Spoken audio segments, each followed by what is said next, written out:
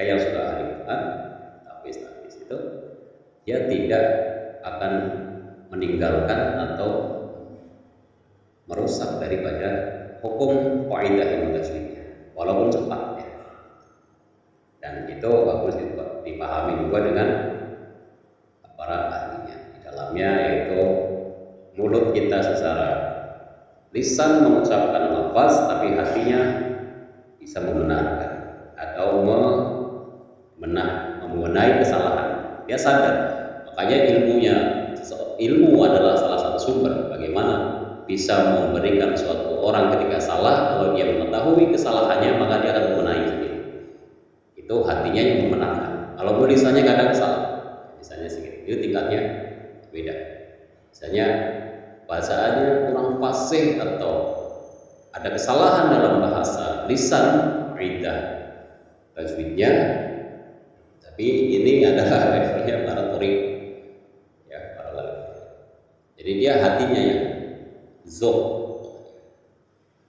khusyuk, sudah membenahi, sudah bisa membenarkan ya, bisa dibenahi kesalahannya melalui ilmunya di dalam. Nah, itu udah beda. Tapi kalau konteks ini khusus tilawah dalam ilmu Quran secara lisan kita harus benar ya, harus sesuai kaidah ilmu tajwid. Nah, itu masalah warattil tartilah dalam tartilah. Lalu yang kedua adalah nafas, itu berkaitan nih pasal suara. Maka Rasulullah SAW bersabda bahwa Iqra'ul Quran ya min hawlil Arab. Bacalah Al-Quran dengan dialek bahasa Arab. Jadi kalau kita orang Jawa, orang Sunda, seluruh konteks dari latar belakang yang berbeda-beda dialeknya atau bahasa daerahnya, itu ketika kita membuka mushaf, kita membaca Al-Quran, maka itu perintah Allah dan Rasulnya harus bahasa Arab ya. Harus bahasa Arab dan dialek bahasa Arab, fasihan tahsinnya di dalam sifat huruf dengan baik dan benar ya. Dan kalau setelah kita di luar kita membaca Al-Quran, maka boleh kita dengan bahasa daerah masing-masing, harus bangga mempunyai bahasa daerah masing-masing. Tapi kalau sudah masuk dalam konteks tilawatil Quran, maka dia harus sepenuhnya dengan bahasa mushaf, bahasa fushah. Fushah, bahasa yang Al-Quran adalah bahasa yang paling tinggi ya. Tidak ada bahasa selain Quran yang bisa menandingi, karena bahasanya Allah. Jadi bahasa Arab itu bahasa dunia akhirat kan? Oh iya. Jadi bahasa Al-Quran itu bahasa paling tinggi di atas segala bahasa. Tidak ada lagi kemuliaan selain bahasa teks.